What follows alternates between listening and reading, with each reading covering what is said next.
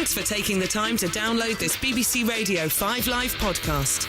To search for other podcasts you might like, click bbc.co.uk/5live, where you'll also find our terms of use.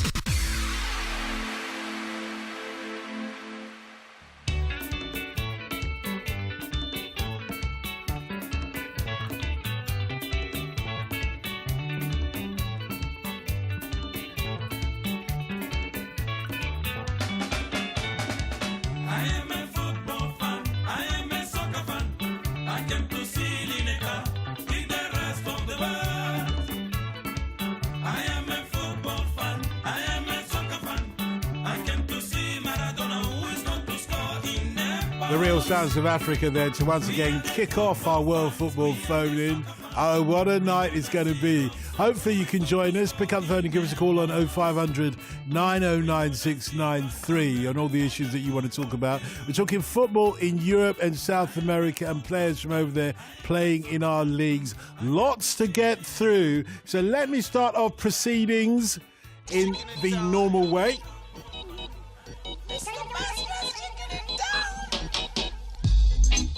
Don't fly, don't fly, don't fly, don't fly.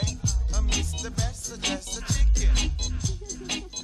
Yeah, and we have got the best dressed chicken in town with us tonight. Hopefully she won't fly away. Mina Izuki, our European football expert, or as we call her, the Colonel. Do you get it? Best dressed chicken, the Colonel. Well, some of you younger lot probably don't even know what that means. But let me put it this way. The Colonel never gave away the secret of my Kentucky Fried Chicken, and I never will.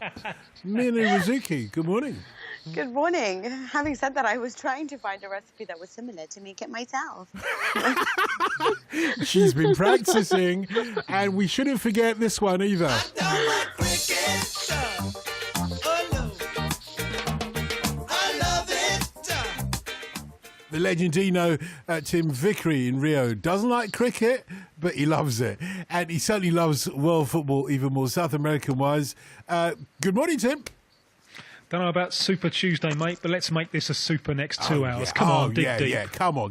Look, we're going to kick off straight away because there's lots to talk about. But let me just say, first of all, that we've had one email that refers to last week, meaning we were talking about football chants. So we were asking listeners to come up with football chants that they think would be suitable to write their own, if you like, about certain players, more current, so football fans could sing it, whether it be fans of their club or not. Now, we ended that conversation last week. This is the last note on it because it's only just come in today. This is from Danny. He says, just to weigh in on the chant talk of last week on the podcast, to the tune of "It's Magic, You Know, Never Believe It's Not So." Hull City. Pilot.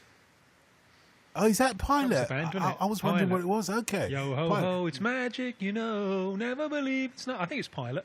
They did January as well. Sick and Tired, You've Been Hanging on Me. I think that's the one. Kind of mid-70s, kind of lank, long hair type individuals. Are you getting confused with Tie a Yellow Ribbon Round the Old Oak Tree by Dawn? No. Okay, no, just I'm checking. not. I'm No, just no, checking. Different other animal. I know, of course, totally different. And also, you need a ribbon to tie it around the old oak tree. What was that big hit that Mud had? Tiger Feet? Tiger Feet? That's right. That's Yeah. right. He caught me. How did I fall into that one, Mina? Couldn't you see that one coming and save me? Oh, my goodness. I fell right in it. I fell in the doo-doo there, so to speak. Anyway, this is from Danny, who says, to that tune that Tim was trying to sing a moment ago, Hull City fans sang, "He's magic, you know, Moses." And here's when I thought it said Adebayo, but it says Odebajo. But his question is even more pertinent. And we'll come onto that in just a moment. This is a general one for you both, though. First of all, Mina, actually. Alexandre Pato, we still haven't seen him play. And one of our listeners is wondering how serious this injury he's got is. He's been out for quite a while now. How long does it take to get over an injury in football? Well, it depends really on the injury and how long and how much, if there's any complications to it. Nobody has exactly any knowledge as to why the guy is not yet ready. But I think the bigger question here is why buy a player who who at this stage of the season doesn't look like he's going to come on anytime soon. Is that really a wise investment of your funds? Yeah, So, they're trying to farm him off to the Premier League. They didn't get anywhere there. So how come the Italian leagues fell for that, if you like? why did the Italian leagues fall for Pato? Yeah. Because they're He's trying at to. Chelsea. He's with, yeah. Oh, why am I thinking of Pato? Oh, so I'm Well, confused. he was at Milan a few years Yeah, ago, okay. but he's He now grew at up Chelsea. at I don't think it's an injury. I just think, remember, he hasn't played since like the end of November, and Gus Hiddink doesn't think he's match fit yet, which means that he doesn't have very long, because he's only on loan till the end of the season. And he's not going to have very long to show what he can do. And first, he's got to get himself match fit. I mean, two things here. Firstly, as I said, he hasn't played since the end of the Brazilian season, end of November, early December. And second, the level of football he was playing in Brazil is not Much of the lower. same physical intensity of the level of the Premier League. So it will take him a little bit of time to get ready. The thing that troubles, and he's a very, very talented player, and I think he has got the bit between his teeth. But the thing that troubles me as well is in the position that he's best at, kind of attacking from wide spaces, Chelsea have got so many other options. And if he was an out-and-out centre-forward number 9, I think they'd be more willing to risk him and give him some time on the field, because the best way of getting match fit is to get out there and get some games under your belt. So he's a little bit in a kind of catch-22 situation where, because they've got so many other options, they don't need to risk him when he's not 100%, which means it makes it harder for him to become 100%. Fair enough. This is the one for both of you. And now cast your minds back to the 2014-2015 season. Both of you were on air together on the World Football Phone-In, Tim and Mina, and you had a discussion just after the start of that season about Angel Di Maria, Radamel Falcao, Garcia and Diego Costa, and how they'd fit in with Man United and Chelsea. Do you remember that conversation, both of you? I remember. No, I don't remember what Okay, was well, said. I'll fill you in, because we never forget these conversations. Certainly if not you're an up all night listener and your name is John in Kentucky, USA, where one of the legislators is trying to put forward a rule that men who want to buy Viagra should get a written note from their wives, first of all, before they get to buy the Viagra. Anyway, I agree with that rule. No, you're the only one here who does, Mina.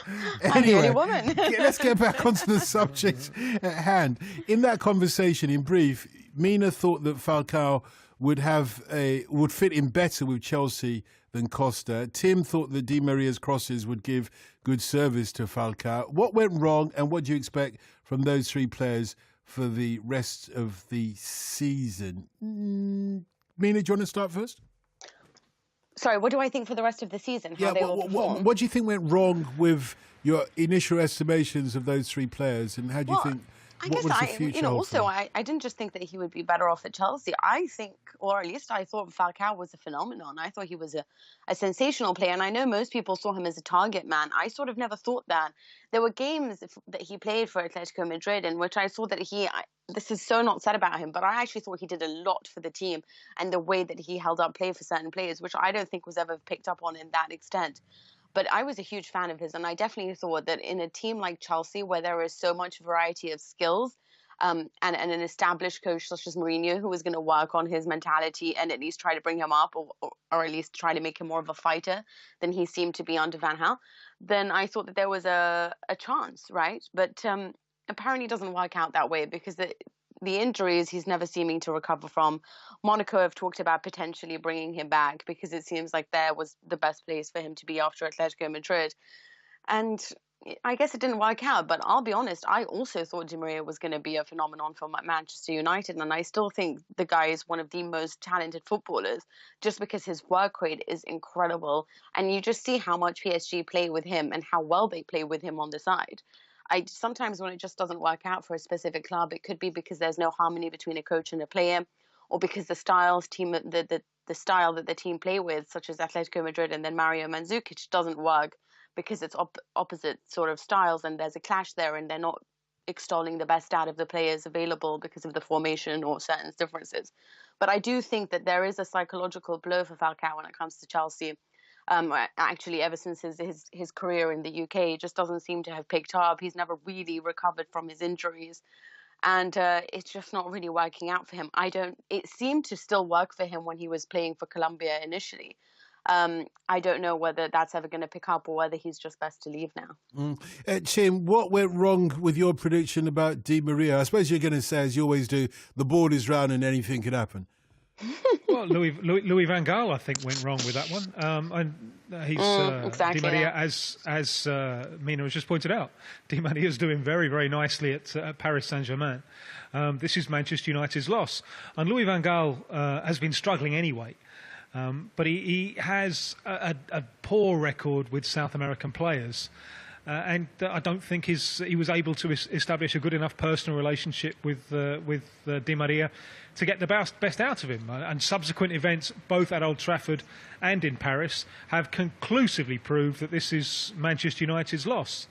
With Falcao, I agree with Mina. He's never proved that he's the same player after rushing back from his knee injury to try and be fit in time for the World Cup. He hasn't proved it with anyone. With the Colombian national side, with United, with Monaco when he was still there, with United, or with Chelsea. Couldn't really quite see how he was going to fit in at Chelsea anyway. There's an issue about his age, and you wonder if he's ever going to come back. You wonder if we've seen the best of him.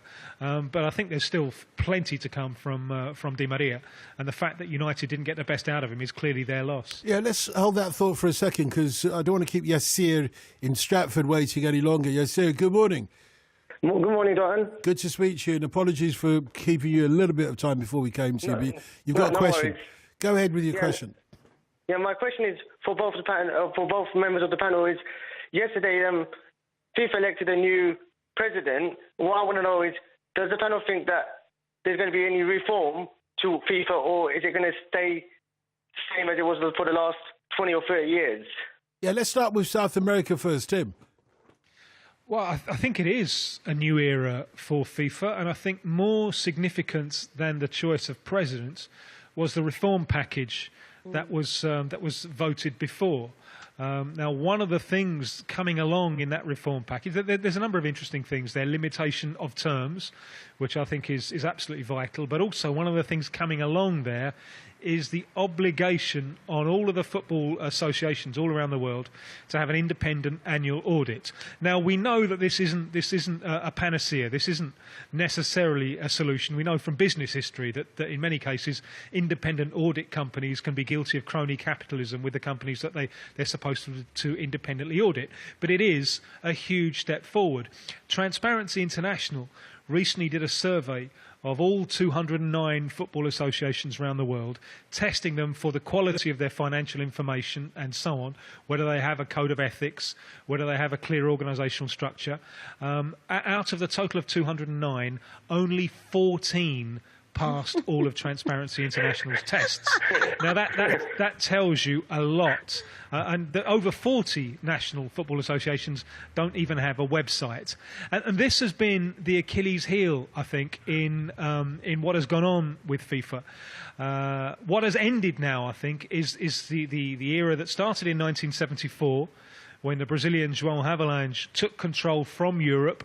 He built a coalition, started with South America, included Asia and Africa, a coalition of the periphery, if you like, a coalition against Europe, and that coalition held more or less steady for him and for Sepp Blatter, his hand-picked successor.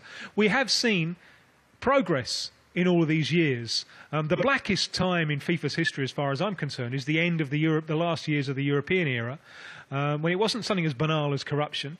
It was support for apartheid South Africa, to the detriment of the game generally in Africa, and the worst day in FIFA's history of all. Hold that thought. Just hold that thought, Tim, because we need to go to Colin Patterson, who's on the red carpet for a special British movie celebration in Hollywood ahead of the Oscars. Colin. Dotton, I am joined by Jack Whitehall, the young British actor, is strolling down in Hollywood tonight. What brings you here? Just trying to convince people that I have a career in Hollywood and in America. How's it going? I feel like attending these events, people will be fooled into believing that I've made any impact over here. Is this actually a protest against the Oscars snubbing Bad Education, your movie this year? It's unbelievable. I think it was like they saw Bad Education movie or The Revenant. It was a kind of either or. And in the end, they went with The Revenant, which is fine, because DiCaprio is probably due one. What films have you enjoyed this year? I did really enjoy The Revenant and Spotlight, although those aren't British films, so I should probably be saying British films. What's the British option?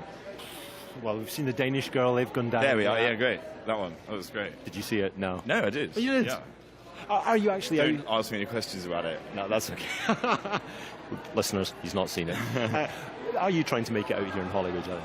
No, well, yeah, no, sort of. What does that mean? As much as anyone is, really. I'm just trying to do what I enjoy doing, and if it's out here, then fine, but if it's in London, then that's cool as well. Well, how difficult is it for someone who... Or I get a Hollywood film that shoots in London, like London Has Fallen.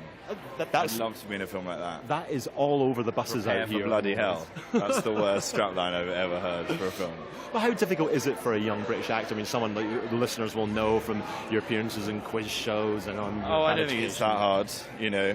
There's plenty of breaks, it seems, for kind of white posh actors. They're doing very well for themselves, you know. Eddie Redmayne just went down. Tom Hiddleston. I don't think anyone can complain about the lack of opportunities for white posh men, and I'm not going to be the flag bearer for that cause. And before I let you... that would be clouding the real issue.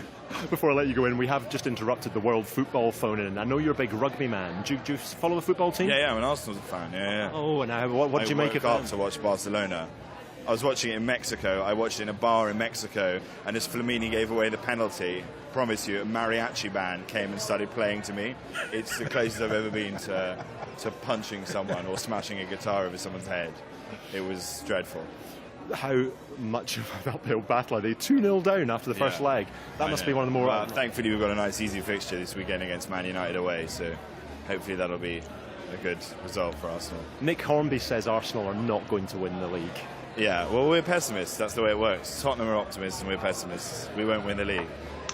But you're smiling. But I'm smiling. You look like you still believe it. I do. Maybe. You're right. Your prediction for Man United v Arsenal this weekend? 2-1. 2-1. 2-1 Arsenal. 2-1 Arsenal. Interesting. Yeah. Flamini 2. Jack Whitehall, thank you for an unexpected contribution to the World Football Phone in 5 Live.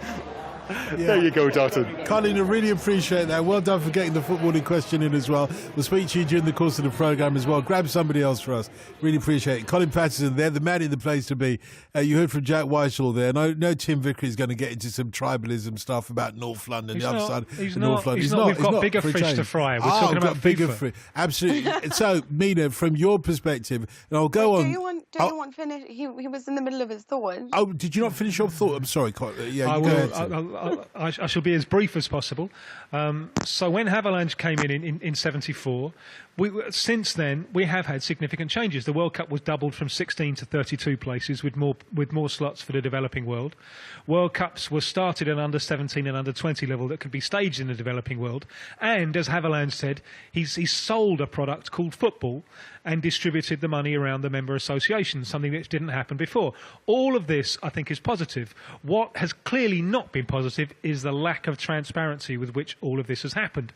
That the crony capitalism, because people can be in power for too long, and the lack of transparency means that, unfortunately, along with the internationalism, has been too much money in the developing world going into private bank accounts and not developing the game in those places. So that the hope is that with the reform package, that money will still be distributed, but will be properly audited, which means that there is, I hope, an internationalist agenda for the game. And the worry that I have, and I'd love Mina's thoughts on this, is because this is UEFA back in charge. Right. Is Infantino, UEFA back in charge for the first time since 74, at a time when globalisation has rendered European club football the boss of everything? Can Infantino be sufficiently independent of the big European clubs? Because I think it's important that FIFA acts as a counterweight to the influence of the big European clubs. That inevitably will lead to criticism from the Western media. Inevitably. That goes with the function. That's part of it. But do you think, Mina, that Infantino has that independence, or is this a European capture to the detriment of the game developing internationally?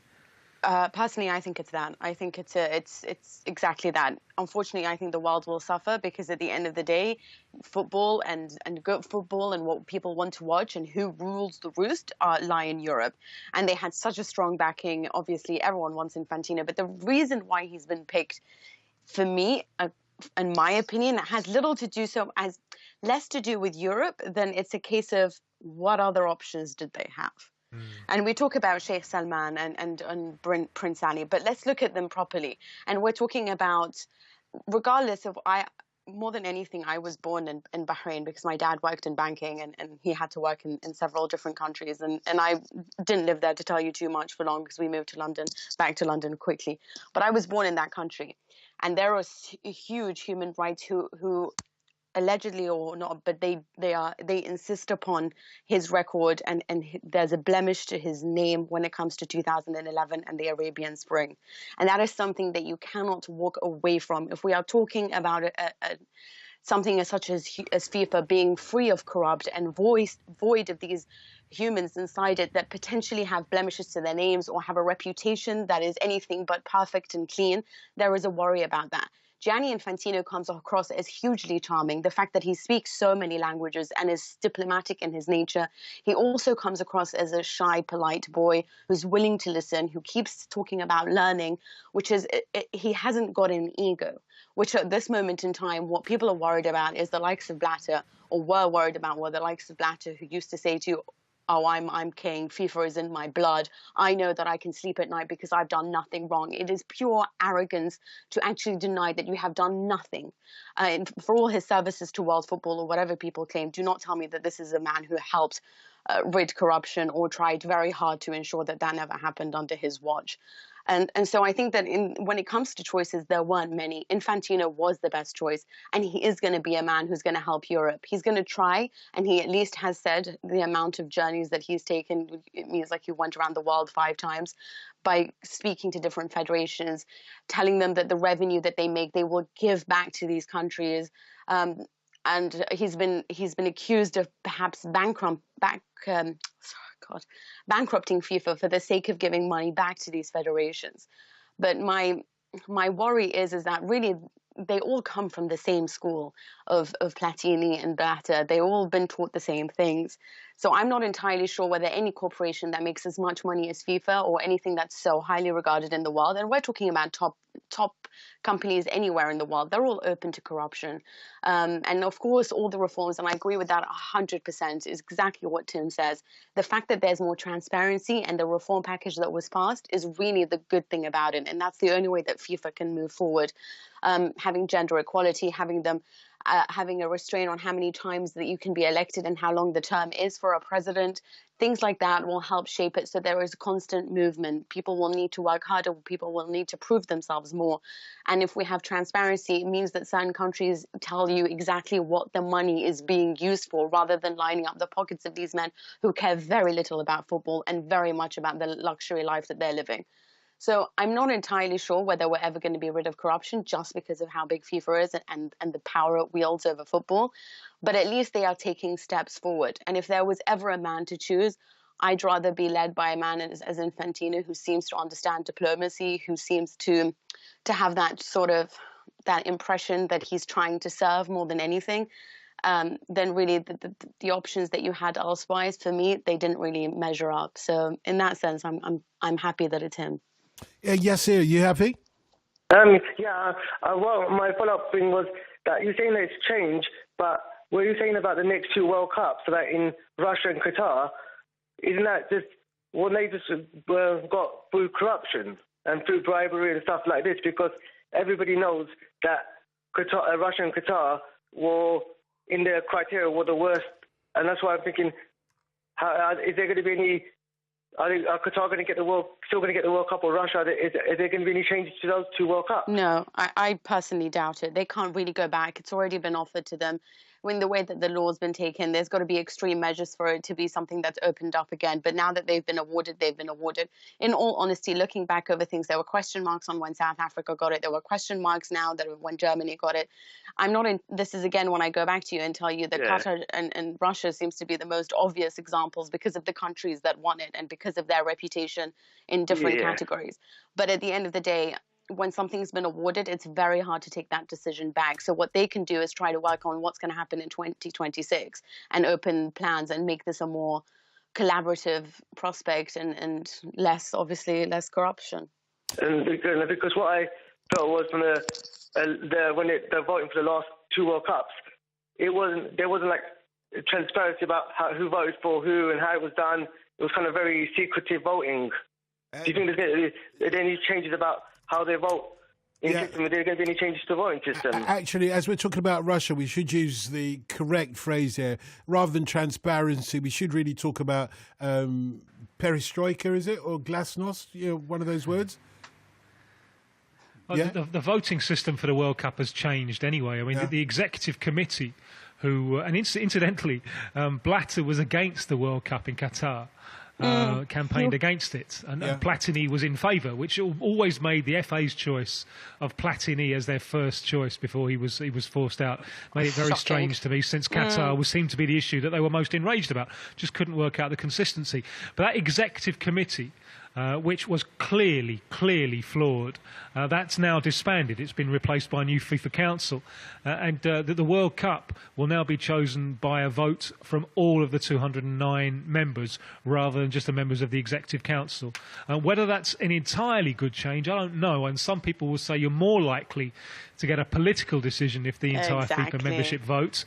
However, the chance of a stitch-up by a small group of people, such as the Executive Committee, that chance no longer exists. We live in a flawed and imperfect world. Don't try and change the subject, Vickery. Glasnost or perestroika? Which one of those two is transparency in Russia? Glasnost. Perestroika was reorganisation, I think, wasn't it?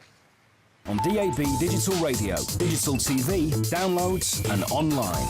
This is BBC Radio 5 Live.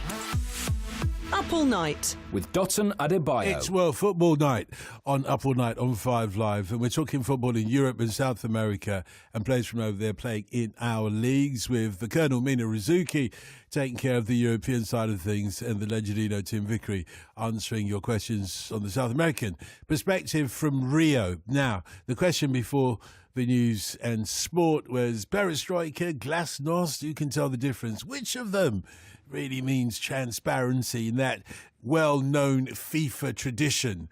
Is it perestroika? Is it glasnost? And Vickery, your answer for 10 was what?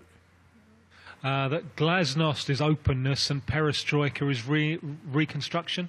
Right, so you've got the dictionary definition of perestroika now. Before the break, you kind of reconstructed something like that. No, I haven't Googled this in the break. Yeah. No, I'm going to be a refused Nick if you're going to accuse me of that crime. Very good. I'll be a Sputnik meanwhile, and congratulations to you. You know the difference. I can't tell the difference myself. 0500 909 693. Here is the other quiz for tonight. In this morning's Daily Express, they've got an interview and a feature with the Chelsea #1 goalkeeper Thibaut Courtois, and it talks about his superstitions. He won't let anybody else wash his gloves. So he takes his gloves home and he washes them. It's a superstition. You may well laugh, Mina Rzouki, but you know how important these superstitions are to footballers. And what we're asking listeners tonight is to text in on 85058, email upallnight@bbc.co.uk and tell us what your favourite superstition of a footballer is. You know, I love the way Luis Suarez used to kiss his wrists when he scored. You'd think, well, you might kiss your wrists even when you miss. No, only when he scores. That kind of superstition is what we're looking for. Feel free to text us. Let's go to Hashim in London. Hashim, I don't believe this is Subbuteo, ladies and gentlemen. How long is it since we spoke to Hashim? Is it 3, 4, 5 years? Come on, Vickery, you've done well on history so far. Here's your starter for 10. Dotun, I don't want to interrupt him. On the spot, Adebayo. On the spot. On top the presenting business. Good morning, sir. Good morning to you. I forgot that I was on the spot, Adebayo. And just to explain to listeners who are too young to remember the contribution that Hashim made to the World Football Phone-In that earned him a Brazilian shirt name. Now, when people come on the World Football Phone-In and ask for a supplementary question, what they're basically doing is saluting this fella here, Hashim. Royalties. He is royalties. absolutely. Royalties. He is the guy that invented, to our shock and horror, the sub question on the Football Phone-In, because usually the experts like Mina and Tim, they're happy to answer one question. They think their job's done. But Hashim sneaked in a sneaky one round the back of the goalkeeper and banged it in. That was the sub question. So, Hashim, Mr. Sabutio, you take it away, sir. Yes, sir. I would like to ask Tim about the election of Infantino. What will it mean for the South American continent, also the other continent, but the South American continent in particular? I mean, I remember him referring back in the days when the Europeans used to lead FIFA, they sort of ignored the other continent in terms of football development. So I want to know what his thoughts are. And for me now, it's regarding... This is the sub-question, isn't it? This is the sub-question, just to be clear. Right, okay. No, it's so no, technically not the sub-question. It's for me now, actually. Okay. It's regarding Antonio Conte and probably his eminent appointment at Chelsea. I know he's had his fair share, which probably she would like to elaborate with the Italian Federation issues. Whether his psychological profile will suit the managerial structure at Chelsea, or whether he will last the distance at Chelsea. Thank you. Do you want to take Great that first of all? Do you want to take that first, Mina? Okay, but it's going to be a monologue. I hope you're ready. That's all right, yeah. I'm putting my feet up. Okay, this is going to be, I'm somebody who was always like, I'm not sure about I've always been quite critical of the Premier League, and I know people have said that because I refuse to admit that it's the best league. I do think it's the most entertaining. But if all of these coaches, including Pep Guardiola, Jose Mourinho, if he takes United, the fact that there's already Martinez, really Klopp, and possibly Antonio Conte at Chelsea, actually most likely Antonio Conte, then this is the league to watch. All we really need is Rafa Benitez back in the mix, just for there to be explosions going everywhere. Now, when it comes to Antonio Conte, I'm going to tell you that when it comes to psychology and motivating aside, there are a few that are as good as he is. He is a warrior. He was famous of that when he was a player. He was the captain of Juventus. They reached 3 finals in the Champions League in the 1990s. He was essential for the dressing room, the attitude. Andrea Pirlo, who played under him at Juventus, said that he's never had a coach who's been better. And we're talking about a man who's been coached by the likes of Marcello Lippi in the national team, as well as, of course, Carlo Ancelotti. And he thinks Antonio Conte is really something extraordinary because of how well and how many details he goes into when it comes to a game. Now, there are things that I saw of him as a coach, and there are things that happened thereafter that makes me doubt that he is actually as special as we initially thought he was. I will stand so far as to tell you that, again, on psychologically, few are better than him. But tactically, there are so many more that can do the job better than he can. So at the moment, we know that Italy has problems because at the start of their qualification campaign, they didn't really play exciting football.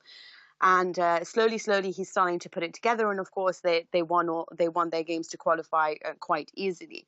The problem with Antonio Conte's tactics is that he plays a style of football that depends on extreme running, relentless running, full concentration. And he always used to say, we are a mediocre team unless we run at 200 kilometers an hour. His style of play is exhaustive because what he demands of his players is too much sometimes, which is why the Juventus were very angry with him because they thought that Marchisio would be out with an injury for a long time. This was last season, and they were obviously trying to go for the treble.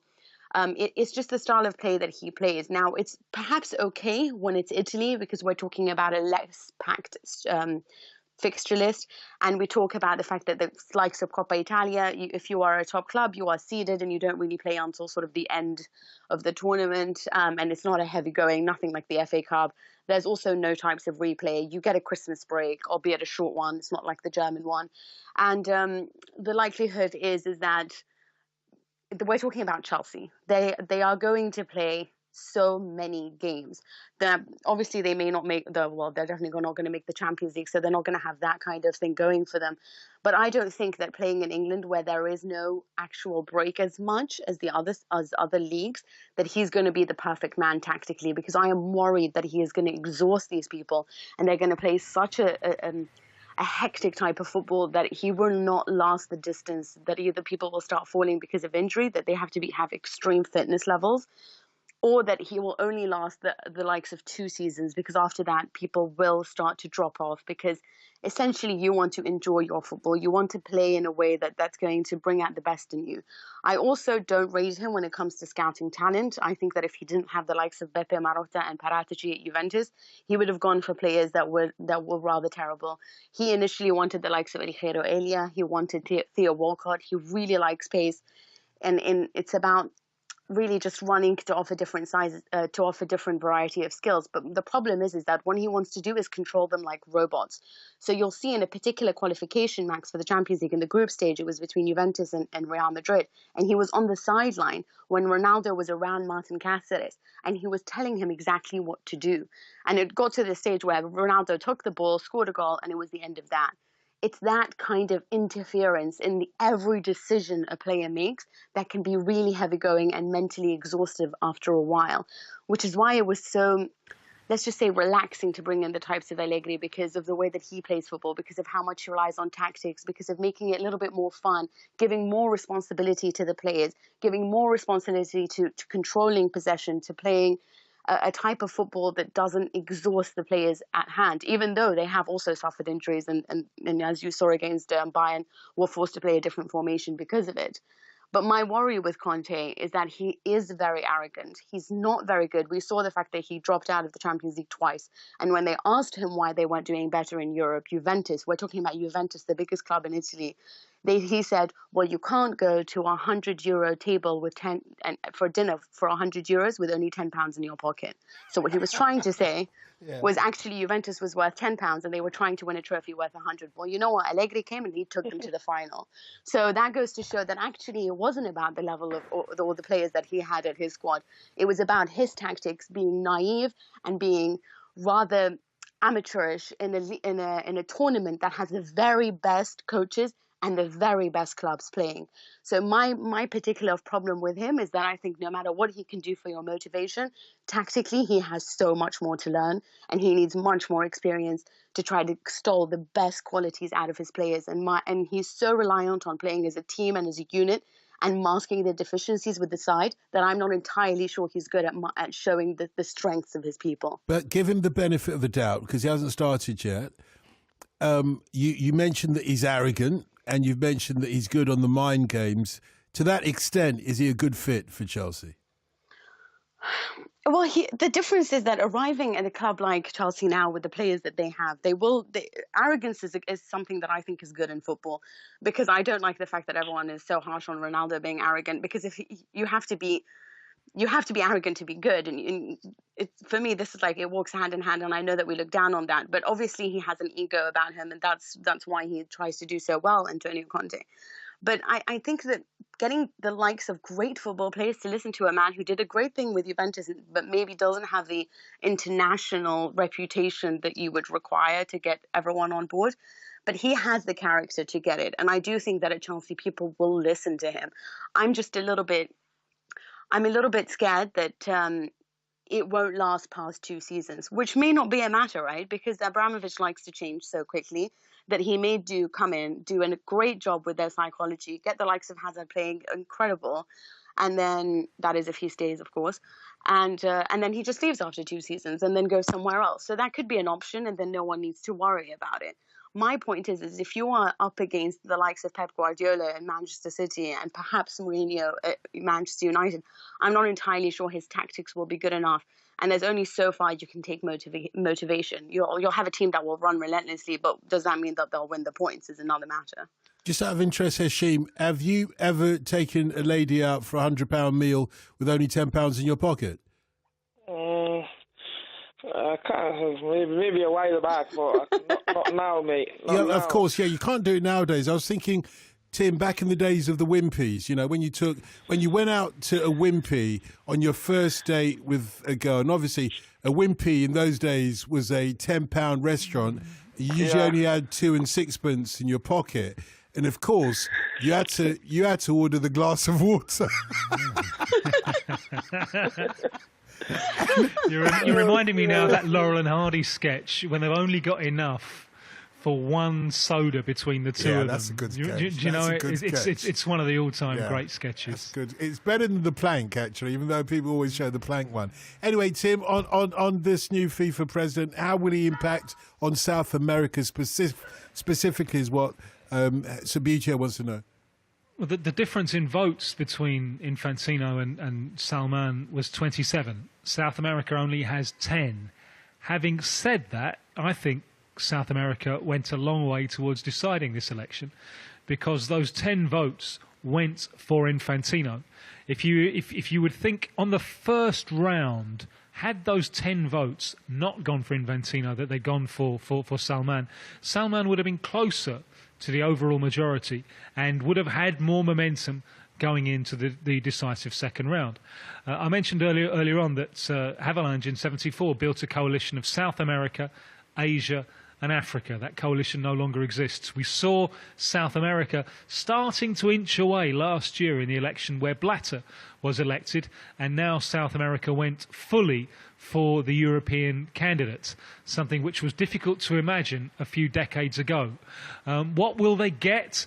Well, I think it's more of a case of what they've already got. The part of this alliance, this new alliance which has been drawn up between South America and Europe, is European support for South America keeping its full allocation of World Cup places, which is 4 automatic places plus 1 playoff place. So 4.5 out of 10. It's a pretty good ratio. And that seems to have been decisive. Europe supporting South America in that seems to have been decisive for South America crossing the floor. Just to broaden it out a little bit, I'd love to get Mina's view on this, because maybe South America have been a little bit seduced by this promise of Infantino to increase the size of the World Cup to 40 nations. Now, I think this is one of the worst ideas I've ever heard. I think it's an absolutely deplorable idea that makes no sense in sporting Why do you think it's terms. so bad? Because, well, for 2 reasons. Firstly, in sporting terms, 32 is the perfect number because you go 32, 16, 8, 4, 2, champion. It just works in a way that 40 doesn't. Secondly, we're seeing this all over the world now. We saw this very strongly in the build-up to 2014. A reaction against the spending that's going on mega events. Now, this is going to have a big impact on future Olympic Games, and that you wonder about future World Cups as well. People objecting to the spending. 40 teams. It's a huge, huge But isn't he planning on doing Why it make between? it bigger? Isn't he planning on the hosting rights to be divided by 2 countries at the minimum? Well, he's talking about doing it with many more as well, which is an idea which I think is only practical in Western Europe. I can't really see anywhere else where it's going to work on a practical basis. And what FIFA have found in the past is that even just 2 countries creates so many bureaucratic headaches. And also, I think the tournament loses some kind of focus as a result. It sounds to me as if you're a supporter of this idea. No, I'm not a supporter, but I'm thinking this is something that he's had to concede. It's a little bit of a concession, really, to other nations, because 32, when it comes to the whole world trying to participate in the football event of the century or whatever, every 4 years it comes along, that everyone wants to take part. And so this is his way of saying, well, you know what, you have a greater chance of doing it, as long as certain federations are happy because they get to keep the amount allocated to them. I'm not a fan of it, because I'm thinking that a lot of federations, people who are not playing in Europe, the exhaustion that you are mounting on certain players is just ridiculous at this stage. Players are now expected to play everything. And if you are in a top club, then you are participating in 3 or 4 championships, and then you have to go to the World Cup, and you're now going to have to play 10 times more amount of games. And I think it's reached new levels of greed. But at the end of the day, I also understand the fight of more countries wanting to be part of it. But then you are losing, or you are diluting the strength of the tournament, and you are allowing more subpar teams to take part, allowing for surprises that potentially could happen because teams are exhausted at that stage if they have a lot of players who play international football. So I'm not on board. I can just understand the concession he had to make on that occasion. You see what you've done, Hashim? You've started some kind of beef between Mina and Tim. No, never. The very cut and thrust of healthy debates, please. That's what Hashim has started. Well, you say that with only £10 in your pocket when Mina wants to go for a decent meal. No, I've got money in my pocket, but I just can't get no love. I walked into that one as well. I'm sorry. Hashim Sabucha, how long is it going to be before we hear from you next? Not long. I'll try and be a bit more proactive in the next few weeks. Is it fatherhood that has constrained you to listening on the podcast? It's life generally, It's life generally. Up and down like Tower Bridge, you know what I mean? So that's how life is. Like Tower Bridge. I like that. And that's for the Americans who think Tower Bridge was London Bridge. Anyway, Hashim, thank you very much. Really appreciate that. It's always a pleasure. Always a pleasure to speak to you. 0500 909 693. Another hour and 5 minutes, the World Football Phone this morning. We're talking football in Europe and South America with the Colonel, Mina Riziki, and Legendino Tim Vickery, respectively. Remember earlier we were asking you about superstitions that footballers have. This is because of an article in this morning's Daily Express about the Chelsea goalkeeper Thibaut Courtois, who doesn't allow anybody to wash his gloves, because that's a jinx, isn't it? It's like the three witches in Macbeth: hubble, bubble, toil and trouble. Even though they actually say that, but nevertheless, you don't want to jinx it by letting anybody do anything. And we've had a couple in, which are quite good. Sammy says Tim will know this one. Can you verify this, Tim? That apparently, I'm presuming it's Juan Sebastian Veron of Argentina, used to have his knee sort of bandaged for no specific reasons. Yeah, it's not my favourite one. My favourite one happened with Botafogo in Rio, which was a club dominated by superstition in the 1950s. They had a club dog, which was their colours, black and white, and it was like a mascot. They used to use this dog all the time. When they were defending a lead and wanted to slow the game down, they just used to throw the dog on the pitch and he used to run around, and that was the interruption. But before one game, the dog relieved itself over the right back, I think it was, and they won. And so it became a pre-match ritual that the poor old right back, and obviously the right back had a vested interest in them losing after the dog had done this, just to break the superstition. I've got a little. I think that the right back was with Stevie Wonder. When you believe in things that you don't understand, then you suffer. Superstition ain't the way. I've got a dog anecdote at the moment as well. Mina, can you think of any others good ones? Well, I know my one, I can tell you. Yeah, go on. What's your superstition? Whenever my team plays, I play a specific song just before, and I forgot to do it when they reached the Champions League final. Okay. I know. I can guess this one, but I was enjoying it. But it's clearly going in with everything that we know about Mina and what she's going to be shouting to her players: "Get back, get back to where you once belong." Okay. It's actually no. Don't tell us yet. Don't tell us yet, because I want to tell you this. Paul in Manchester tells, and we have checked this one out, that Pepe Reina, the former Liverpool goalkeeper, used to fill his car at a particular petrol station before every home match, and the year that his form evaporated coincided with the closing down. Yeah. Oh, so there's a lot about Torino and Cagliari, which we can talk about after. Oh, yeah, I'm looking forward to that. 0500 909 693. Not just talking superstitions, but Europe and South America. Second half of the World Football Phone for this morning. Still talking football in Europe and South America, and players from over there playing in our leagues as well. Mina Riziki, the Colonel, is with us over this side of the Euro. It's something of a fortress now, isn't it? Unless, of course, it changes after June the 23rd. But for now, we're part of that Euro fortress.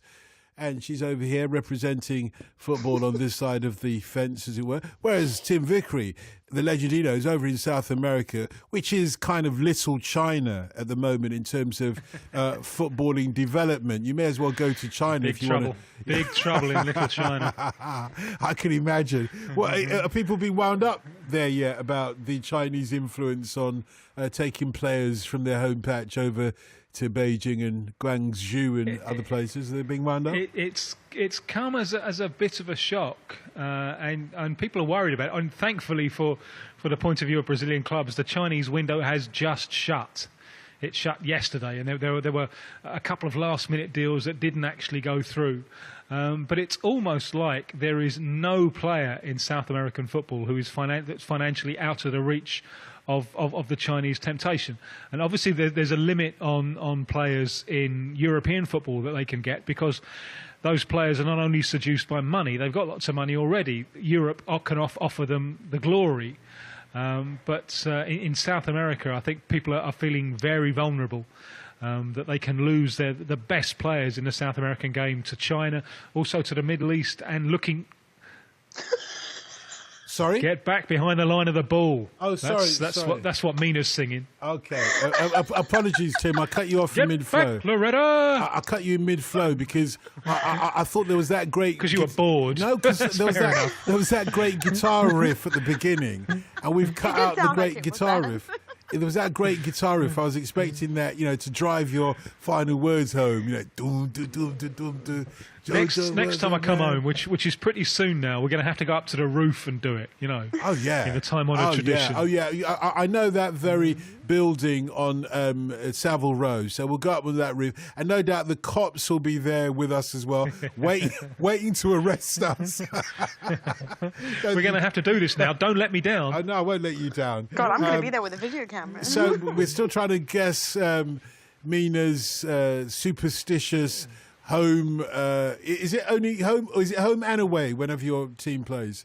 Yeah, it's only in Europe though.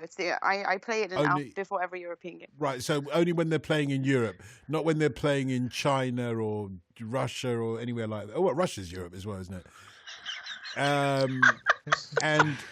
But this is a tune. Yeah, this is a tune.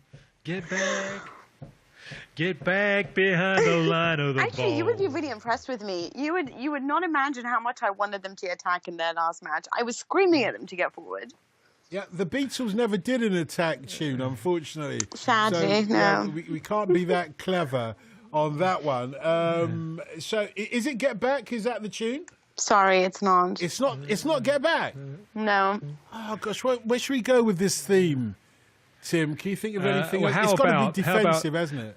Yeah, how about whether you're a mother or whether you're a brother, you're playing offside. Playing offside. Ha, ha, ha, ha, playing offside.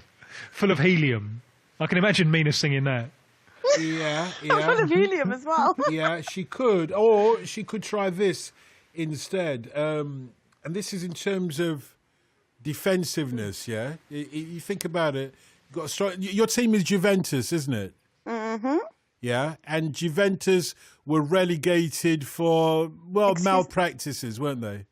This is Baccarat, isn't it? You've lined up Baccarat. Yeah, but listen to the lyrics, Tim. It's not just... Remember, Juventus were relegated in 2006 because of some malpractices. Am I right, Mina? Allegedly. Yeah. What do you mean? They were either relegated or they weren't. Oh, they were relegated. Okay, right. Because, no, Juventus, to their fans... only allegedly had malpractices that got them relegated. Because in reality, they're goodies, aren't they? Well, in reality, they're not any better. I'm not even going to participate in this. Okay, let's talk she's football. She's going to argue that she's too young for the goodies. She's too young for that. Yeah, okay. Of course, I know, I'm joking. They've never done any wrong, Juventus, and they were allegedly relegated. Only allegedly, because in their minds... All I'm saying is that... not saying that they were ever innocent of anything. I'm just saying that neither were the rest of the teams involved. Yeah, we'll be in trouble for that one, no doubt. Adam in South London is with us. Adam, good morning. Morning, Don. Morning, Mina. Morning. Morning. Morning. Morning. Good to speak to you, mate. Go ahead. Yeah, all right. first of all, love the show. And sort of in recognition of our friend who invented the supplementary question, I do have two for you tonight, if that's all right. Oh, yeah, but hang on. He invented the supplementary question for Brazilian shirt name holders. Adam, do you have a Brazilian shirt name? Well, I know a man who can give me one if he's feeling generous. Oh, that's wait, hang on. That is clearly Sean Wheelock. He's the only arbiter of a Brazilian shirt name. But tell us why you should get a Brazilian shirt name in that case. I'm a loyal listener. Yeah. I've just come back from Carnival, so I've got my... I feel like a little Brazilian inside anyway. Carnival in Brazil? Yeah, that's right. I just come back from the legend Dino's hometown, Rio. And you didn't invite any of us with you? Someone's got to hold the fort when I was away. What am I going to listen to on the podcast if you're That's a good point. That's the right answer. You're absolutely the right answer. I think listeners will consider giving you a Brazilian shirt. Now, anything more we can learn about you? So he's like an Infantino in the making. Oh, so Infantino, diplomatic. Infantino. So Infantino in the making, loyal listener, just come back from Brazil, didn't invite any of us with him to Brazil. Nevertheless, what else should we know about you that might inform us, Brazilian shirt name-wise? Rather unlike the guys at FIFA who seem to like to get a job and cling on to it with their nails and teeth, I am terribly bad at that. I tend to spit my dummy out and run away to Latin America with too much regularity. So I think we've got more than enough information. I was born under a wandering star. I forgot to mention we've got Lee Marvin with us tonight as well.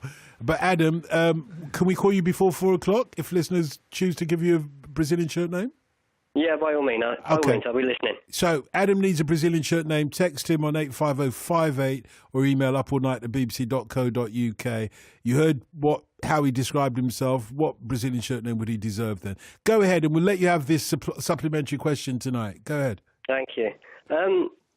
This one's for Tim, but I think that Mina might be able to help with her knowledge of Europe. There was a player who I saw a few years ago playing in the midfield for Brazil for the under-20s, just in the build-up to the 2012 Olympics, called Romulo, who's coming through about the same time as Oscar, but seemed to be a much more complete and more combative player than Oscar. He really looked like he could be the guy who could actually play that role in midfield of knitting everything together rather than being just an out-and-out defensive spoiler like some of their players are at the moment, or just an out-and-out attacker. He looked like an actual complete midfielder. But I'm aware he went off to Russia, and since then I've not heard anything of him. I know he got a bad injury. I was just wondering, does anybody know what's happened to him since? Is he going to come back to form, and is he the kind of guy who perhaps Dunga could put into the team who's going to knit that together? And I'd love to see it. I'd absolutely love to see it, Adam, because I feel exactly the same way about it. I used to go along to Vasco da Gama when he was making his name just to watch him, because he had that range of passing, very good defensively as well, moves very fluidly, and he just, in his own quiet way, he just made that team tick. Reminded me a little bit, perhaps it's an outlandish comparison, but it reminded me a little bit of the great Clodoaldo from the 1970 team, who I think played a key role there. So you're all waiting for how he's going to develop. People saw him there in the Olympics, and he played a game against Team GB just before the Olympics. And unfortunately, he'd already signed for Spartak Moscow. Had he not signed, there were English clubs who were interested in him. I know this because my phone was ringing. Has he signed yet? Has he signed yet? You know, and he started very well with Spartak, but then suffered that serious knee injury, kept him out for a long time. And I don't think he's complete. Yeah, I don't think he's completely recovered. I mean, he comes back, and he's been picked for Brazil a few times by Dunga in the last year and a half or so, but he's never actually made it there. He's always had to pull out because of injuries. So, you know, it's reaching the stage when you start to get a little bit worried. But I hope he can pull through, and I hope that despite the fact that he's pulled out, I think, 3 times, that he's still on Brazil's radar screen, because I believe that he is a player who fits and operating, firing on all cylinders. He could be exactly the kind of player that you talked about, Adam, who can knit the side together. Amina? Sorry, I don't really know what's happened to him. I know that in 2014, Liverpool thought of him and to bring him in, but after he suffered that injury, it seems like he's dropped off the radar in how in his performances. So I know that the Premier League were interested in him, but I don't really know what he's doing now. And what was this supplementary as well, Adam? The supplementary was very loosely linked to the election for FIFA president, and one of the few sort of big names in football who seems to have called out Russia about them possibly scamming their way, or maybe not, allegedly, however we want to put it, towards being awarded the World Cup. One of the only guys to really sort of put his money where his mouth is, and that was Romario. And I was really just kind of curious, sort of as I read about Romario politically at the moment, he seems to be very socialist. He seems to be very much about the collective, which seems in stark contrast to how I remember him as a player, where both on and off the pitch he seemed to be very much about him as an individual, probably not just about scoring the goals, but with the merchandise, with the training, I'm sure with the whole thing. So I was just wondering if you can shed any light on that contrast, whether I'm correct in what I think, and also, you know, compared to Latin society in general, I kind of get the impression that people are perhaps more likely to, once they've made it, perhaps pull up the drawbridge behind them. It seems interesting that Romario, of all people, is the one going back and trying to give people a helping hand. He has been a huge surprise. And when he was first announced as a candidate for the Socialist Party, he got the name of the party wrong. You think, he's moved to the right even before he's been announced as a candidate. So you're thinking this really isn't going to work. But he has really put his back into it. You're right. I mean, it's such a contrast between someone who, as a player, seemed to believe in a total privatisation of scoring goals, and he, as a player, one of the things that he was so difficult to get on with, he was a player for short bursts, was that his entire life seemed to be devoted to winning privileges inside the dressing room. To, just pathetic little status things. I remember once when he was at Vasco da Gama and the coach, a journalist told him that the coach had just said that Juninho, the old Middlesbrough Juninho, was the most important player in the team. Romario went straight off to have it out with the coach. How dare you say this? There's little bits of a nasty piece of work about him. And as a politician, he has been, you're absolutely right, so collective. I have two observations to make. One is that having a daughter born with Down syndrome has clearly given him a wider social conscience, and that's been one of the issues that he has embraced. But the other point I'd make is that I wouldn't trust him too much. I've had one or two dealings with him, enough to know that I don't really want too many more dealings with him. And the BBC did a documentary on him before the World Cup, and all I said, because I just don't want to get too involved, he's just going to annoy you. So I said, right, I'll make the initial introductions with his staff, his political staff, and I don't want anything more to do with it. And I met up with the people who did the documentary, and they said they were all there Sunday morning at a favela where Romario had promised to come to inaugurate a new pitch, and then comes the phone call, sorry, I can't come. So I fear if you put too much trust in him, he is going to let you down. But let's pat him on the back and congratulate him for what he has done, because yes, he has been collective, and he's also been a thorn in the side of the established power, and that's not a bad thing to say about a politician. It's a really good question from you, Adam, because it elicited so many aspects and facets of Romario from Tim, including, his personal family circumstances. Is it true, though, Tim, because my memory of Romario, great centre forward, my memory of him is that he seemed to score more for Brazil when they were wearing their blue away shirt, their change strip. No, it's true. All the goals I can remember from Romario are invariably in the blue of Brazil rather than the famous yellow. Yeah, they had to wear blue a few times in the 1994 World Cup, and that's his moment. I think he understood then. He understood that if he just towed the line for a month, he could be immortal. He could have glory. They roomed him with Dunga, who laid the law down for him. And just by chance, because of the opponent, they played Sweden twice. And Sweden play in yellow shirts as well. So I think they wore blue both times there. They played Holland, and there was a colour clash there, so they played in blue. And he scored in all of those games. So I think it's just a quirk of that particular World Cup. But he scored lots for Brazil outside the World Cup in yellow, and he scored goals wherever he was. He was an absolute genius. And Sergio Aguero reminds me a lot of him. There's a lot of similar characteristics.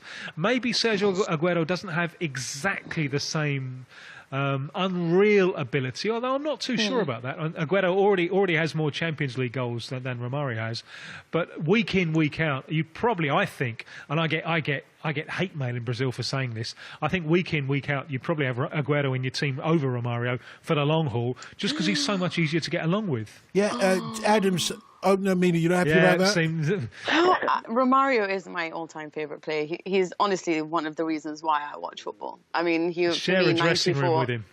He's what? Sorry? Don't take it personally, Tim. Give the guy a break. Share a dressing room with him. What, you say... that's probably true. Yeah. But I'm sorry, like for me, he's God.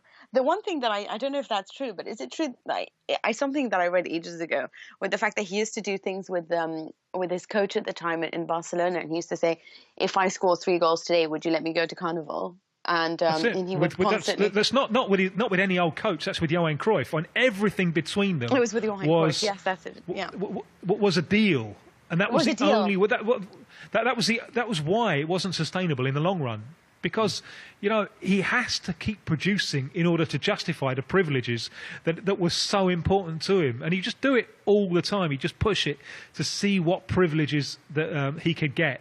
And that is why, it's for that reason that week in, week out, I would rather have Aguero. Interesting statistic, Aguero last year in the Champions League scored more Champions League goals for City, a losing side, than Romario scored in all of his time for Barcelona. And it's the same thing the season before. Aguero, in a losing side with City, scored more Champions League goals than Romario scored in all of his time with Barcelona, which wasn't very long. But it couldn't be very long because the way that he would always push things. And when he went back to Brazil after winning the World Cup, it was to do exactly what he wanted, only what he wanted, and all of what he wanted. And what he didn't want to do was train. And that's the reason that although he scored lots of goals when he went back to Brazil, he scored very few important ones. When it really came to it, he just wasn't fit enough. I wonder if that's just something about the time of football as well, where you could get away doing these types of things, where people turned a blind eye. Or a bit like Totti now, who at 40 still thinks he should be playing every day. Yeah, Adam, I've tried to squash the beef between Tim and Romario, but it's not going to happen tonight. But what's more important, perhaps, than squashing that beef is some suggestions for your Brazilian shirt name. Johnny suggests that Wanderindino would be appropriate because you keep wondering, I suppose. I sound like a lost dog. Yeah, Wanderindino. So you don't like that one? Well, something's better than nothing, I guess. It sounds like a lot of letters to put on the back of a shirt, mind. Yeah. You'd have to splash out to get all those letters on one shirt, wouldn't you? So you don't necessarily. So you don't like it. It's a nice starter for 10. Okay, what about Carnivalo Julian Gold? Oh, just Carnivalio. That's from Julian in Wembley. Julian, well done. You got me there. Carnivalio. How about that? Yeah, great. Yeah. Because you went to the carnival. It's a little bit close to Cornholio from the great Beavis and Butthead, isn't it? Which you wouldn't want that on the back of your shirt. No, actually, that's the way it's spelt. But he says he likes it, so we'll probably give him that one. And then Pete in Edinburgh. Oh, stop that funny. Vickery, get back to your seat, mate. Rolling down the aisle. A lifetime's ambition by getting Beavis and Butthead. I know you got it. You did it well. You did it in a very slick way. We didn't even have to. We didn't even have to flag up in advance to listeners who might be offended. But anyway, I think the decision's been made, hasn't it? It's got to be that now. There's a couple of others. There's Chancerino. That's from Pete in Edinburgh has gone for Chancerino. And I like that, but I guess the fact I like it means I'm almost certain not to get it. yeah, I made that mistake. and, many others have as well. Don't worry, you're not the only one, Mina. And Peter and Hugh has gone for and Evit. And what? And Evit. I don't get it. And Evit? Adam and Evit. Oh, right, Adam and Evit. Yeah, he has got Adam. Yeah, I like it. Adam, and Evit. That's a good one, actually. I can't Adam and Evit. Can you? Can you, Adam? Can you Adam and Evit, or can you not? It took me a while to even get it. Never mind Evit, but I'm with you now. Yeah. I like that. What do you reckon, Tim? I like it. I like it. Yeah, I think it's Adam the front and runner. Evit. Mina? I think it's the front runner with Cornholio bringing up the rear. I think we've got to go with that one, just because I've got to hear Tim laugh like that more Goodness often. sake. Okay, just before 4, we'll call you back, Adam. It's not looking too good. But I've only got the view from behind, so up front it might be a different thing. Anyway, Adam, you wanted a Brazilian shirt name, and tonight's the nightmare. Do you want to reconsider, Adam? No, you right. No. A bit like one of these losing candidates in the FIFA election. At least I'm in it. Exactly. You're in it to win it. Good. We'll call you back just before 4. Thanks for being such a great sport as well, by the way, mate. Cheers, guys. Thanks for Thank the good answers to the questions. Really interesting. Thank you. Yeah. And Lee in Dartford's with us. Good morning, Lee. Good morning.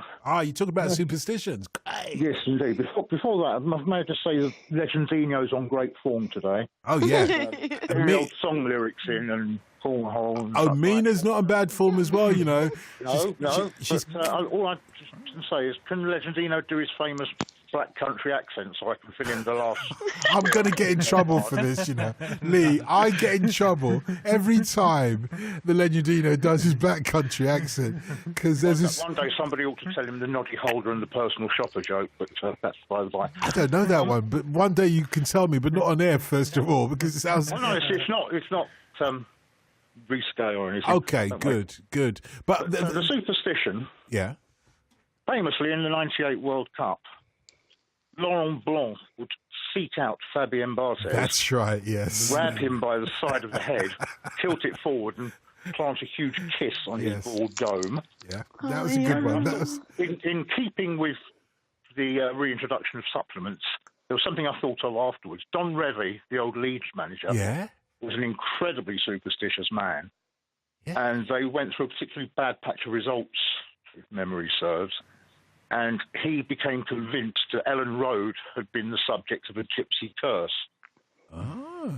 And he got, the story goes, he got a Romany or traveller to go round to the 4 corners of the pitch to perform like recite an incantation to try and lift the curse.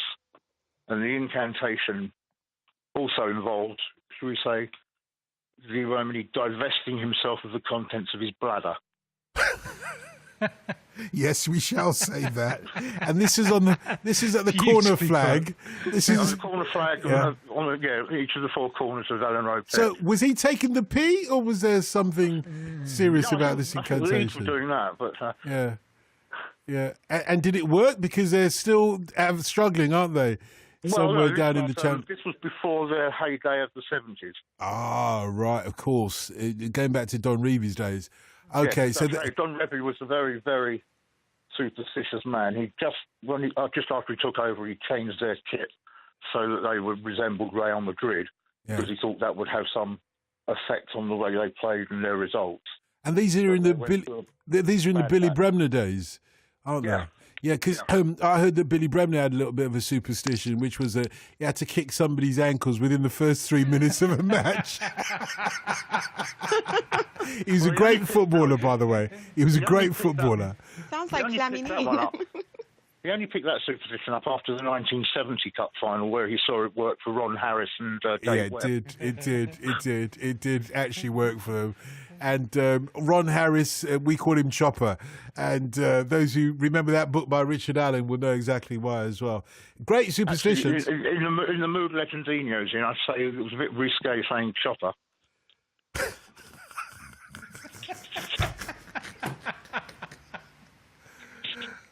I remember there was one time, just on this theme, as it were, there was one time when we were just about to start the World Football Phone-In, And the item before this was about some nurses, or a doctor that got sacked because he was doing an operation on somebody and there was a tattoo in a particular place on that person's anatomy, and he showed all the nurses a photograph of the tattoo, and he lost his job as a result of that. But anyway, I said to Legendino, because I said to the nurse, what did the tattoo say? And, the nurse said, well, from what we saw, it said hot rod. And I said, are you sure it didn't say Hot Rodney? And she laughed away. And then the Legendino came on. I said, Legendino, did you hear that conversation? And do you remember what you said, Legendino? Yeah, well, you asked me, and I was thinking, please don't ask me this question because I just can't resist it. You asked me if I had any tattoos, and I said, I'm not sure I heard that last exchange properly, but if I did, I have the first few chapters of War and Peace tattooed on exactly the same place there. And that was the end of the show for the next half an hour. We just couldn't stop you laughing. I couldn't stop laughing. It was a killer. Paul in Essex says John Terry's superstitions read like a book. Approximately 50 superstitions he had before a match. Same music. He had to hear the same music. He had to sit on the same seat on the bus. He had to wear the same shin pads. He wore them for 10 years until they were beaten by Barcelona. And he had to have the exact length of tape for socks wound around 3 times. He had to have the same parking space at Chelsea. And there are many more as well. So superstitions, please, for us. Lee, thanks a lot for the call. 0500 909 693. Just under half an hour of the World Football phone-in to go if you've got questions on football in Europe and South America. Yes, Nick in Sydenham. I do remember Durasimi's story about the Cameroon national team and their superstition. Thank you for that one. Lots of shirt names coming in for Adam, our caller earlier. It is looking as if one of them is in the lead. Tim Vickery will be pleased about that. Let's get back onto the real footballing matters, though. Lots of questions still unanswered. Mina Rizuki is there, the Colonel, to take care of your questions on European football, and Tim is answering questions on South America or the perspective from over here as well. Craig, an Everton fan, wants to know, Mina, about Oumar Niasse. What kind of a player is he? Oumar Niasse? Yeah. Or are you not saying this? Is it Oumar? He spells it Ourmar, and the surname is Niasse. I can't. I'm sorry. I don't know worry. very much. Lots more for you. This is from one of our listeners. There's a question for the Colonel. Does she think Antonio Conte will be a good fit for Chelsea? Well, you answered that, didn't you? Yeah, I answered or will he simply be a Mourinho Mark II, is what he was suggesting, though. Do you see what I mean? In terms of arrogance and all that kind of thing. Well, if that's true, then it's not like Mourinho did a bad job for Chelsea. I understand that they didn't exactly start going for his style of tactics anymore, or his way of dealing with the team. But I do think that if he is a number 2, that's not necessarily a bad thing. But what I will say is he's not good. He's not as good as Mourinho yet, simply because on an experience level, he's won quite a lot on domestic level, but he hasn't done anything in Europe yet. And we're talking about trying to overcome the best teams with the and understanding how to penetrate different tactics. And that's something that I'm reluctant to say Conte is very good at, seeing how he's done in Europe. He's someone who needs a lot of money. And that's kind of supposed to be the reason he broke up with Juventus, because he wanted huge investments that they weren't willing to do. And as it transpired, they didn't need to do. So someone who believes that much in the power of money, sometimes, for me anyway, he scares me in that.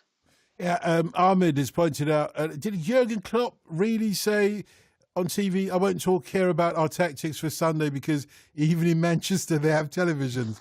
I'm not sure. But anyway, Tristan in Kendal, in Cumbria, is with us. Good morning, Tristan. Good morning, Dawson. How are you, sir? I'm okay, thank you. You? Good, all good, sir. Yeah, and you got an interesting question for both Mina and Tim, I see. Yes, indeed, both. Diego Simeone, manager of Atletico Madrid. I'm thinking about what's the possibilities of them going into managing in the Premiership, given his record in La Liga. The last 4 years, he's come 5th, 3rd, 1st and 3rd, 2nd at the moment. Excluding the current Leicester manager, he's obviously one of the best managers outside the top European teams. And it's going to be a cracking season next season, because it seems, Mina, that all the great managers in the world, almost all of them, as you pointed out earlier, are in the Premier League or coming to the Premier League next season. It's going to be about the managers rather than the players. Diego Simeone is one that is not there. And that's obviously clearly... there are others, such as Carlo Ancelotti being one of them as well. But he's been here before, at least. But he will find his way there. I mean, Diego Simeone, you see, this is what I think is so important about him. When everyone was talking about Klopp and Antonio Conte, I was raving about Diego Simeone, because as much as he's so good on the motivational and psychological level, what makes him so exceptional is his ability to change his tactics, the way that he has managed to evolve the side. Now, this was purely on their first season. We're looking at a side that defended in such wonderful manner and counterattacked to position. They were so good from set pieces. They were just this really wonderfully efficient side that made the most of the skills that they had, a great defense and fast players going forward. That changed when obviously the players changed with it. And what he's trying to do now is introduce a more expansive style of football. I know that at the moment they're struggling with scoring goals, and that has a lot to do with Griezmann's drop in form. But this is a man who understands what needs to change, and he is someone who is so part of a club and so enshrined to it and so loyal that you can really depend on him to last for quite a while. He's not someone that's just simply going to exhaust his side, play those types of tactics, and it's whether you like it or not, otherwise you can leave. He will try to do the best that he can to bring out what he has in the players that he possesses. So for me, this is an exceptionally talented coach, because we're talking about Atletico Madrid managing to compete with the likes of Barcelona and Real Madrid.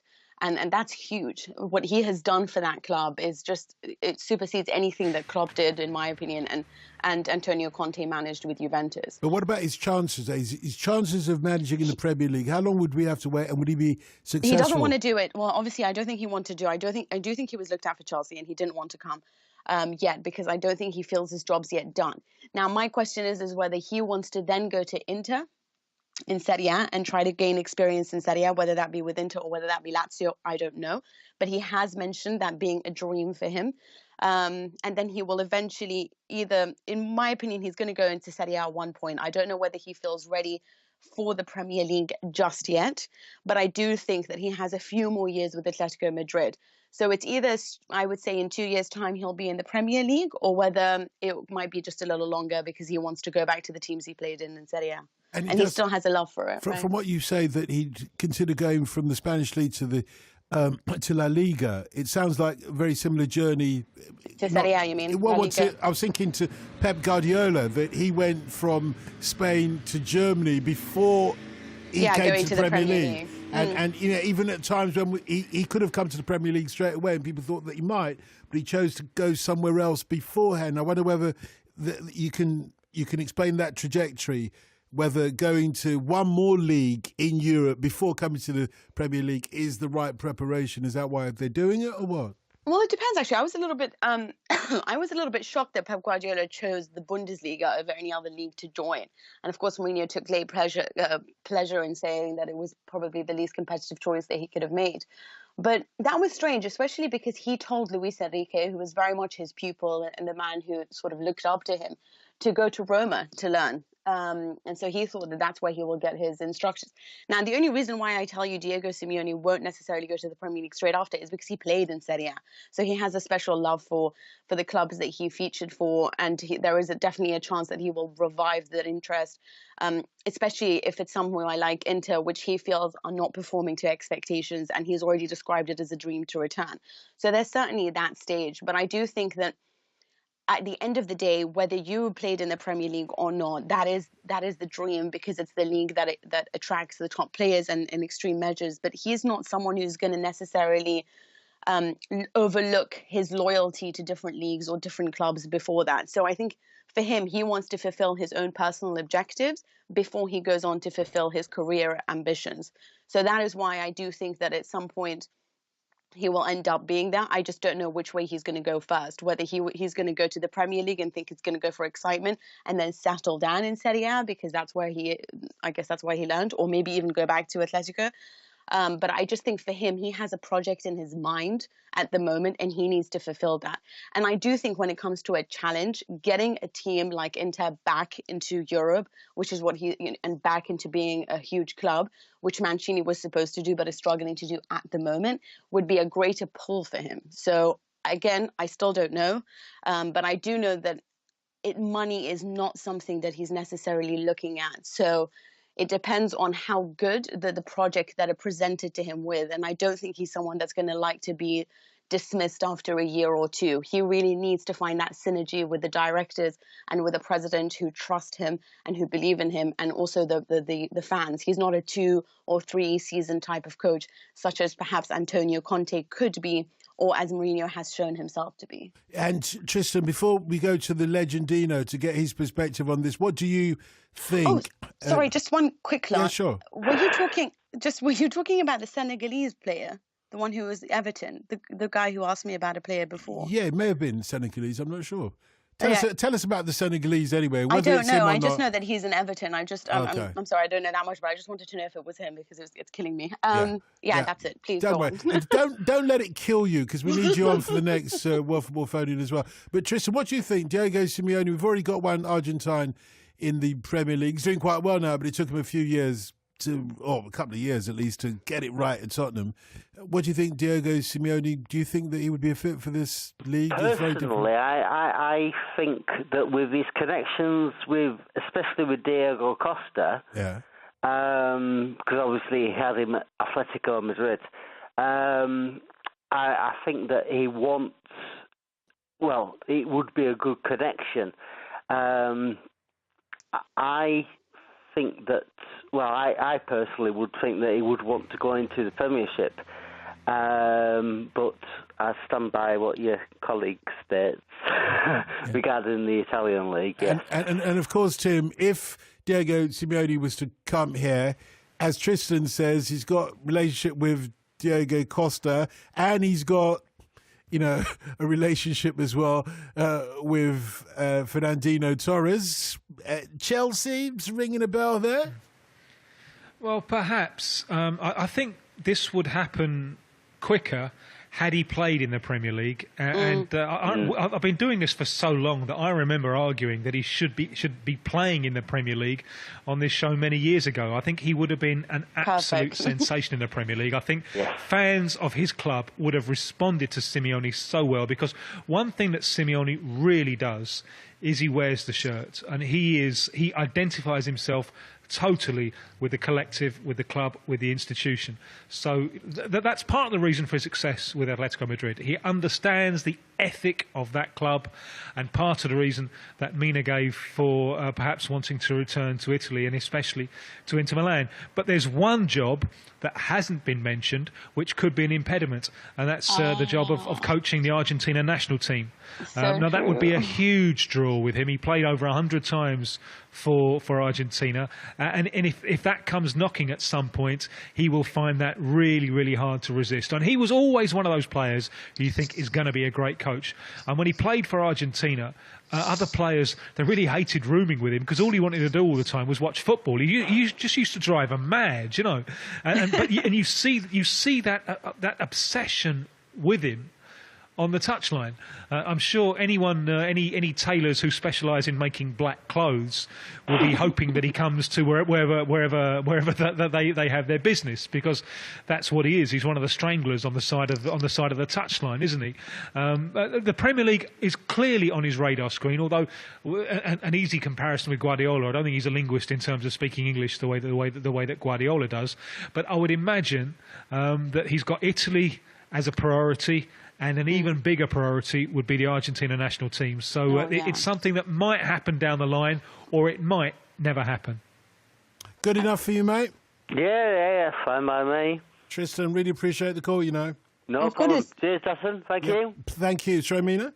I've got a superstition about, how we were talking about Diego Simeone being in black? Well, Tim Vickery was just telling us. Yeah. Black clothes. Maurizio Zamparini, who's the president of Palermo, at the time sacked Luciano Spalletti for that very reason. He thought he was so morbid. Yeah. Tim, this is morbid. Yeah, it's that kind of a game, isn't it? Tim, this is from Mark. Your opinion on Rosario Central's Giovanni Lo Celso. Lo Celso. Okay. Absolutely love him. He's 19-year-old left-footed playmaker, and there is a real player there. He has special talent, both in the capacity to see the pass and the capacity to deliver it, the capacity to take decisions under pressure, and he's a real name to watch. And he's probably second on my list of the best promises in South American football. And number one, I've been raving about him for a while, Marlos Moreno of Atlético Nacional in Colombia. And boy, what a debut he made in the Copa Libertadores in midweek. But Lo Celso is the genuine article as well. But Mark also wants to know about his ex-teammate Franco Cervi. Has he left too early for Europe? No, well, he's still at Rosario Central, and Benfica have bought him, but he's been loaned back. Cervi, I'm not sure about him in Europe. I think he's a little bit lightweight. I think Lo Celso has much more quality than Cervi. This from Michael for you, Mina. Who will we see in attack for Italy this summer at the Euros 2016? Well, you have the possibility of Simone Zaza. Well, actually, not the possibility. The definite is Simone Zaza. We're looking at Lorenzo Insigne, who plays for Napoli, who's had a tremendous season, especially in the assists that he provides to Higuain. There's a chance that we will probably see Graziano Pelle. This is the problem because Italy has actually a really good team, well balanced defensively and in midfield. They've got so many players coming up. In attack, they're a bit young and there isn't really a great number 9. But there is Domenico Berardi who plays out wide, who plays for Sassuolo, and he is most likely going to move to Juventus, barring the fact that he has sort of the same attitude problem that maybe De Rossi has as well. It means that he could earn a few red cards, but that's a great player. So there are great wide players. Perhaps when it comes to a number 9, you have Gabbiadini. I don't think he'll play. They are reliant on the likes of Zaza, who is sort of only 4th choice at Juventus, which could be a problem. Then there's Immobile, who's come back to Torino, who's not doing too bad, especially because he's under the coach that really made him, which is Gianpiero Ventura, possibly the next guy to take over the Italian national team should Conte move on. So that's the alternative. But we're not looking at an attack that's going to blow you away when it comes to the central position. So I'm not entirely sure if with Conte's tactics for Italy, they're needing someone who's going to be a little bit more effective. And I think Simone Zaza is good at that. But I'm worried that then he's not good enough to lead a line such as Italy in a competition such as the Euros. Yeah, you didn't mention Bonaventura. Bonaventura he's not really a forward as such. He plays in midfield for Milan. He can create. He can play just behind, and he's exceptional. I still don't know whether he has. He will definitely be part of the Italian national team going forward. Him alongside obviously Berardi, who I already mentioned, and Florenzi. These are the upcoming generation who will definitely feature. I'm just saying that when it comes to starters in the number 9 position, that's not where he plays. Tim, John says you're going to enjoy this chant, I'm presuming from the Everton faithful. What's the story? What's the story, Funes Mori? That's the one. Yeah. No, he thought hold my hand that. up. I was wrong, and I'm happy to be wrong. Yeah, and can we ask Tim? I'll be joining in. I'll be joining in next time I'm at an Everton game. I'll join in with a chant. Don't you worry. Can we ask Tim what he thinks will be the next South American nation to win the World Cup that hasn't already won it, and in what time frame? Well, I suppose the most likely lads are Colombia, who reached the quarterfinal for the first time in 2014. It's the biggest nation in population, I think, in South America outside Brazil. It's football crazy. They've gone off the rails a little bit since the World Cup, but I think long term they're South America's best bet. But I wouldn't like to put a time frame on it. Hey, we've got Adam back in South London. He's waiting for a Brazilian shirt name. Thank you for all your contributions to his Brazilian shirt name this morning. One particular name is way out in front. I can tell you that, Adam. Are you nervous? I think I might know what it is. Yeah, I think you might. Paul in Wolverhampton is suggesting no invitazioni. Does that work for you? Yeah, and Ian in Chester says your Brazilian shirt name should be Ronaldo Bigsy. I like that. Yeah, because apparently you were doing time until you saw the light and Now you've sold your done a soul to bunk. Punk. Yeah, Yeah, you've done a It bunk. doesn't That was work it. unless you I put in know. bunk. Yeah, It of doesn't course. work. You're absolutely right. You're absolutely right, Tim. Slap me in the wrist for that one. Yeah, until you've done a bunk. I should know that. But now you've seen the light and sold your soul to Punk. Does that work for you, Adam? Before my time, I'm afraid. Oh, you don't know. Come on, let's sing it for you then. Ronnie Biggs Ronnie Biggs was doing time till he done a bunk. Now he says he's seen the light and sold his soul to Punk. Yeah, well, we kind of got it in stereo there. I was on time, Tim was... So, Adam and Evit, what do you reckon, Tim? I like the Bigsy one. Yeah, the Bigsy one. Yeah. Okay, and Mina? I do like Adam and Evit. Yeah. I like that as well. It's very clever. Yeah, it's very clever. What about... The one that I can't... I can't do that. I can't do that to anyone. No, but that would be hang on wrong. a second. I said I've got that juvenility out of my system now. We're not going back there. No, but we have to. Look, I said there was one in the lead, and I must say, it is the Butthead and Beavis one.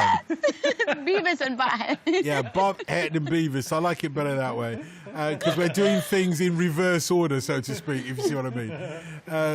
So, what do you think of that one, Adam? I think for the comic value that it brought to everyone, and don't forget, it was Carnivalinho, the Beavis and Butthead. You're making your own joke on that one, Tim. Yeah, he made his own joke, but once he made that joke... It was all over. Exactly. Once he made that joke... It sounds to me as if Adam is willing to fall on his sword, backside first. Does he actually realise that he has to actually get the Brazilian shirt name on his back and send us a photograph of that? Are you up for it, Adam? Then you have to have a theme tune. Okay. I say Adam. Really, we should be saying Cornolio. Good to have you. What? What's so funny? What's so funny? Am I missing the joke here? Look. What? What's so funny? Okay, so Adam, congratulations. Sorry, Cornolio, congratulations. Congratulations on being the latest Brazilian shirt name. And we will take it as seriously as you will, I'm sure. Really appreciate it. I look forward to you sending us that pic, though. And we'll definitely tweet that one a couple of times. Well done, mate. Thank you, Adam. Thanks. And thanks for being a great sport. And that's the magic of this phone-in. So many people are willing to be great sports, as well as telling us all their stories and anecdotes. Yeah, Tim's been an okay sport tonight. He hasn't been that great, if you don't mind me saying. Whereas Mina's played a blinder tonight, if I might say so, Mina. You still haven't figured out the song. Yeah, I have. It's Go West. Go West. It is, yes. Yeah, which Go West one? It's We Close Our Eyes. Okay, We Close Our Eyes. I'm going to try and get that on my jukebox for the next time. And also, thanks for letting us know that officially you can play for Bahrain. Yeah, Wait, officially. You Wait, can if I'm play. born there, can I? Yeah. Yeah, you can play for Bahrain, so we might see Good you to there. know. Mina Rizuki, thank you. Tim Vickery, many thanks. On digital and online. This is BBC Radio 5 Live. bbc.co.uk/5live.